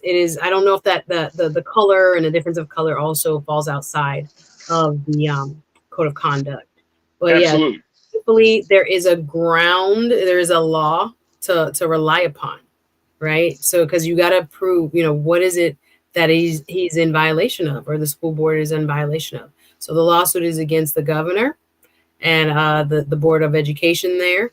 So we'll see. I'm not sure if they'll be, victorious, but I'd say continue the fight. You fought this far, and it'll be up to, like I said, the court. Yeah, Cindy D said, keep fighting. Nothing will change unless she does, talking about Daryl George's mom. She's fighting for the individuality of her child and all Black folks who have endured because of their hair. And it's sad, you know what I'm saying? Like, it's sad that in a moment like this, and I'm speaking to what you just said and to what Cindy just pointed out, it's sad that when one Black person gets involved in a situation like this and becomes the center of attention, now that Black person, that Black family has to carry the burden of whole people. And part of me is like, of course, that's the double standard of living in America and being Black, that, if you open the door for one, you got to open the door for all. But of course, we know that that's not how white America operates when it comes to their issues, right? Like, it's opening the door for one, you let one through. Now this sister has to fight for all. She has to become the advocate for all Black children with locks and different hairstyles. She's got to be her son got to be the poster child for the reason why we need the Crown Act. And it's sad. I mean, it's a heavy burden. It's a heavy burden, man. Mm-hmm. It's a very, very heavy burden. Real Brooklyn checked in. Real Brooklyn, you said something that may change the game, and I wouldn't be disagreeable about this. You said, I think all his friends at school should all get their hair braided and go to school. Stuff only changes when people unite and fight BS. Well, we love allyship, and we like when people do things. Again, I would just kind of wait and see within this. And the sad part, Farajii, is that it has affected his education so profoundly by keeping him outside of the classroom. I think that's the sad penalty of what this is causing. But again, it will end up in the court of law to decide. Smooth Approach said, with the Bob Marley movie coming out, how many white people start trying to lock up? We don't talk about that movie. I can't wait to see this movie because I'm not sure about it. It looks weird. I don't know. I'm not sure about it. I don't know. It might be amazing. I'm gonna give it a chance. But the previews already, I'm like, I think it was so funny because just before the show, me and at least we were talking about it, and I was like, that is I'm not to say Bob Marley is a handsome guy, but this guy is like supermodel handsome. We gotta take a break, Roger. We gotta take a break. We gotta take a break. No, I don't know. I'll give it a try. Oh man! All right, we gotta take a break. When we come up, trends, posts, and doing the most. Stay with us. It's the culture here on the BlackStar Network.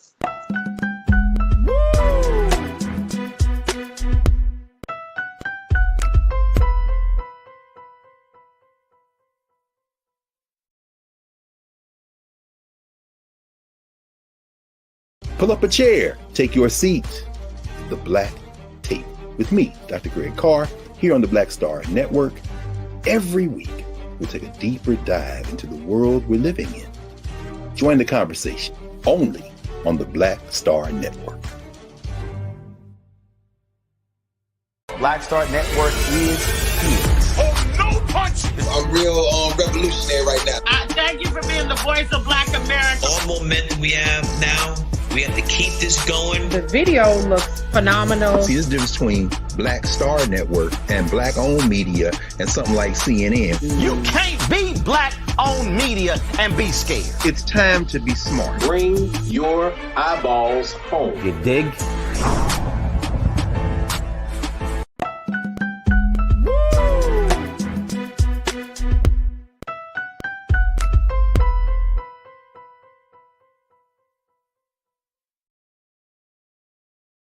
All right, folks, it is time for trends, posts, and doing the most. This is an opportunity where we talk about some of the trending topics that are going viral right now. Suzette had to remind me about this story, folks. Brick. Big brick on brick. There's a Jamaican song that goes brick on brick. Sorry. I thought about the song. Sorry, I don't know the song. You know what? I'm not dealing with you right now. We want to talk about Houston's brick lady. Y'all remember the brick lady? Y'all remember this sister who claimed that somebody hit her with a brick in front of all these group of black men and no one came to her defense. And Lisa, I wanted you to pull up her picture. Let's pull up the picture of her. Well, that was the picture I wanted. This is her now. That is her mugshot, folks. Goodness. Y'all remember her? Yeah, this is the brick lady, Rhoda Osmond. She catapulted to viral fame after she had this very, very horrific story of someone hitting her with a brick outside of a club. And at first we were like, oh my gosh, y'all remember we talked about this. Then many people were like, wait a minute. The fact that she kept saying no black man came to her rescue was very, very telling. And made some of us doubt it from then. Was like, wait a minute, that's weird. No black man saw a black woman getting hit. No police and I report. remember no police report. No, it's all right. I mean, I just remember when people it started this whole controversy about protecting black women, and even I was on the train. I'm gonna admit, I was like, damn, if somebody hit a sister with a brick, then we should have a conversation about protecting black women. Well, I wanted to give my sister the benefit of the doubt. Yeah. She has officially been charged with felony theft by deception. She had created a GoFundMe campaign that garnered $40,000.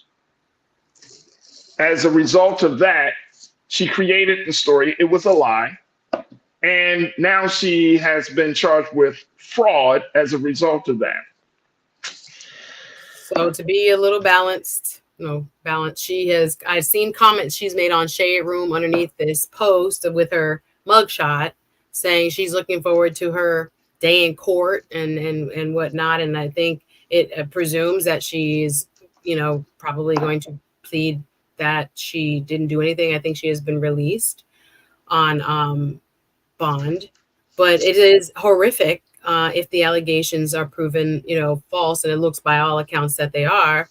What she did was, just hurtful is the word I want to use, but it's beyond hurtful. It's beyond hurtful. Again, the cause of women who are actually the sufferers of violence, and then also to men, black men, whose reputation also took a hit because of this fabricated, alleged story. So it is damaging on both ends to both women and men. But it looks like, based on what the filing says, that, she remember that she came to the limelight outside of the club with the swollen face, and people said it was injected, or I don't know how she ended up, putting out that scene as coordinated as it looked. Because again, people were still, even under the comments of popular news sites and gossip sites, like, how did her face get swollen? If this was a lie, people still confused as to how she put this whole thing together. But no, the police there are not confused, and they're looking at, again, the charges are quite severe, accusing her of fabricating significant elements of the story. She presented to police. The incident, was back in September, and again, claimed assault, and it didn't, include any footage of the alleged assault. And there was so much debate online. People were confused. And if you did believe her, I'm not knocking you. But if you didn't, we kind of felt like something was wrong with the story. But yeah, there was a lot of credibility questions around this story. But according to the charging documents, the police said reported that she was hit in the face with a brick. Also claimed to narrowly escape a kidnapping attempt by a supposed Uber driver. However, a subsequent review of the local surveillance footage by a detective painted a different picture. In the video, Osmond is seen in the company of a friend and the individual she later pointed to as her assailant. The video reportedly depicts Osmond slapping the individual, who retaliates by striking her back, wielding a water bottle in his hand. A friend who was with Osmond on that night of the incident reportedly told police that she did not believe Osmond was hit with a brick. Despite these inconsistencies, the initial social media post led to the GoFundMe. That's how she got caught up. That garnered, like you said, 42,000 at least. The crowdfunding page has been deactivated, thank goodness. And apparently, this is what the key is. This isn't the first time that Miss Osmond has allegedly employed such tactics. In 2020, she reportedly created another GoFundMe page claiming that she was assaulted by a private security guard in Minneapolis, a claim disputed by a friend who previously stayed with Osmond, et cetera, et cetera. So that's coming from Houston News, KPRC. But yeah, it's frightening, and it's really important that we highlight her again, because it went so viral that people believed it, that we need to set the record straight, because it did a lot of damage. It did a lot of damage to the reputation, to the word of Black women. It did a lot of damage to the reputation and to the care of Black men. I mean, it was just a lot of damage done. And because she did this before with the security guard back in 2020, and I'm wondering at this point, this sister needs mental health help, right? Because we're seeing this, and I don't know whether this is just because of the current culture, where everybody's looking for a come up at whatever expense. People just use the culture and just say, all right, I'm gonna just do me. And is this just simply about money? What, trust. People want to help people, right. People, want to believe people will do the right thing. But I do think it's like it's symbolic of the culture as a whole, as we've been talking about politics and how people just make up stuff, right? And people just say stuff, and people are, like, again, chaotic in what they're presenting to the American people. I think what she's doing or has done is reflective of, again, this anything goes, search for fame, clickbait, I want what I want, and I'm going to utilize, public space, social media to do it. And again, I think this was right on the heels of when we were dealing with Carly Russell, and others, that, again, for Black women, we were just like, we need to have better, representation, because things actually do happen to many of us.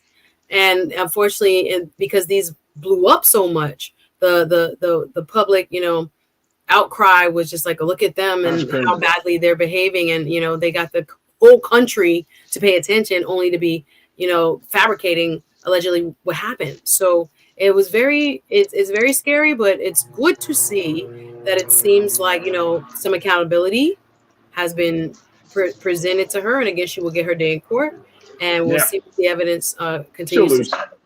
She'll lose. Listen, they wouldn't have brought it. They wouldn't have brought it had they not thought that it was something. Right. I get it. I definitely get it. And she should suffer the consequences of it because it was just too much at stake. It was just too much at stake. And the last thing Black women and Black men need is more blame for something that we didn't do. Yes, again, I think this is a very troubled individual based on. Yeah. I don't know her personally. I'm not making any kind of claim about her mental health, but if this seems to be like a pattern, there definitely more intervention needs to be done to help get that person what they need. Absolutely. All right, let's switch gears. Let's talk about a woman that is doing some real stuff. Suzette Speaks. Talk to us about your event that's coming up. Real quick, you can find it on Eventbrite.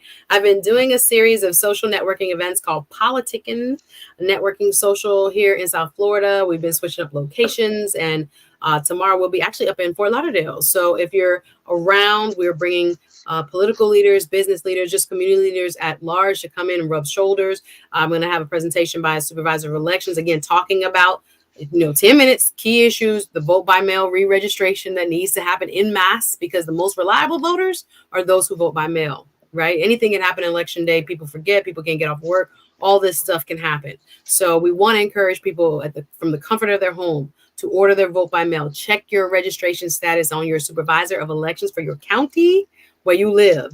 Check if you think you're still registered, double check, because like I said, 4 million plus got wiped off of the vote by mail rolls and onto inactive status. If you have not shown intent to vote, that's if you missed 2 presidential elections back to back. If you haven't, check your signature or change your address or shown some sort of intent to vote. I want to get the word out. So this is a mixture of social networking and, of course, a little bit of community engagement when it comes to making sure people are ready to vote, because we know it's very important. So if you're out, in the Fort Lauderdale area tomorrow evening, come join us. And you can find it. I have flyers all over my pages. Just follow me at Suzette Speaks on all platforms. There it is right there. Suzette Speaks, always putting in that work, always representing for the culture. Suzette, I can't thank you enough. I mean, your hairs was the talk of the chat a little bit. We popping ready for the social tomorrow, Friday. People like, look at Suzette. All right, there it is. Thank you. February, we're going to be celebrating Black men of the movement. I can't wait. 10 outstanding Black men. We're doing a follow-up to this event tomorrow, but that one will be speakers, the founder of Black Men in Tech, founder of several other companies, health, mental wellness, entrepreneurship, and politics. You know it. It's going to be February 7th, so look out for that coming up too. Can I say Suzette is always doing it for the culture? She's always doing it for the culture. So Suzette, I appreciate you. Thank you so much for all the work you do. And most importantly, thank you for being on the show and on the network. Love it. Thank you, Farajii. I appreciate the team. Thank you so much for allowing me the opportunity. See you next week. Absolutely. See you next week. All right, folks, that's going to do it for us. Make sure you do your due diligence. Make sure you continue to do support us here at BlackStar Network. Go to our website today at BlackStarNetwork.com. Download the app for free. Follow us on social media and put something in the bucket for us and kick off 2024 in the right manner, in the right spirit. So again, to go to our website today. Also, follow me on Instagram. You can follow me at The Real Farajii on Instagram, at Farajii on Twitter, Farajii Muhammad on Facebook. I would love to connect with y'all. And let's continue to follow Roland Martin on all of his social media platforms. And of course, make sure y'all get notifications of the show and on the network here on YouTube and on Facebook. Make sure you check us out on Amazon platforms and on Freevee and Plex TV.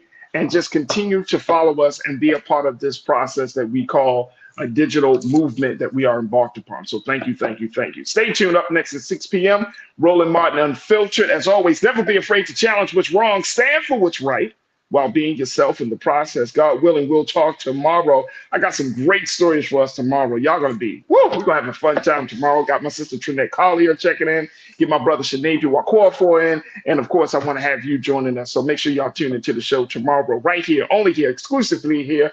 We're on the BlackStar Network. You're tuned into the culture. Look forward to chatting with you tomorrow for another exciting edition. Have a great afternoon, great evening. Talk to you soon. Peace.